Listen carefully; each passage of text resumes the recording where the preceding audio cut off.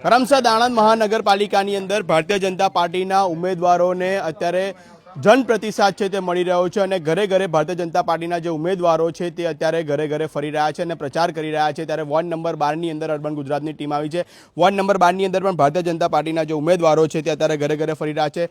મયુરભાઈ, શું કહેશો, કયા પ્રકારનો જનપ્રતિસાદ મળી રહ્યો છે? સૌ નાગરિકજનો દ્વારા ખૂબ મોટો જનપ્રતિસાદ મળી રહ્યો છે।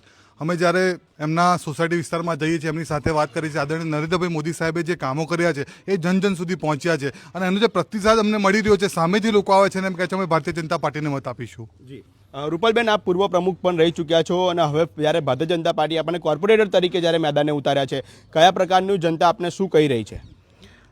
નમસ્કાર।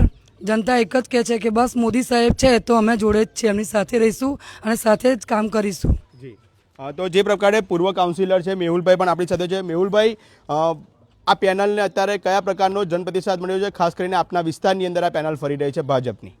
હું એક જ વાત કહીશ કે અમારા આદરણીય મોદી સાહેબની સૂચના અને અમને એમને માર્ગદર્શન હેઠળ અમે આ વોર્ડમાં અમે ગઈ ટર્મમાં અમે ઘણા સારા કામ કર્યા છે અને એનું અત્યારે અમને ફળ મળી રહ્યું છે।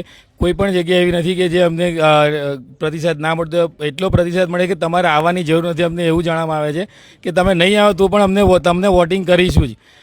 કહી શકાય કે અગાઉ જે કાર્ય કરેલા છે તેનું ફળ અત્યારે મળી રહ્યું છે। 100% અગાઉના જે અમે કાર્ય કર્યા છે, અમારે પૂર્વ પ્રમુખ રૂપલબેન હતા એ ટાઈમે બી અમે અહીં ઘણા સારા રોડ રસ્તાનું અમે આયોજન કરેલું છે। અહીં આગળ વરસાદી પાણીનો નિકાલ હતો, અમે સ્ટ્રોંગ રિવર્સ રિચાર્જેબલ બોર બી નાખેલો છે। એટલે અમુક અંતે અમારે અહીં ઘણા બધા એમાં જે પ્રોબ્લેમ હતા એમણે સોલ્વ કરવાનો પ્રયત્ન કર્યો છે અને અમે એમાં સફળ થયા છે ને એનું જ ફળ છે કે અમને અત્યારે ઘણો સારો પ્રતિસાદ મળે છે। વોર્ડ નંબર 12 ભારતીય જનતા પાર્ટીના ઉમેદવારોને અત્યારે ઘરે ઘરે જનપ્રતિસાદ મળી રહ્યો છે।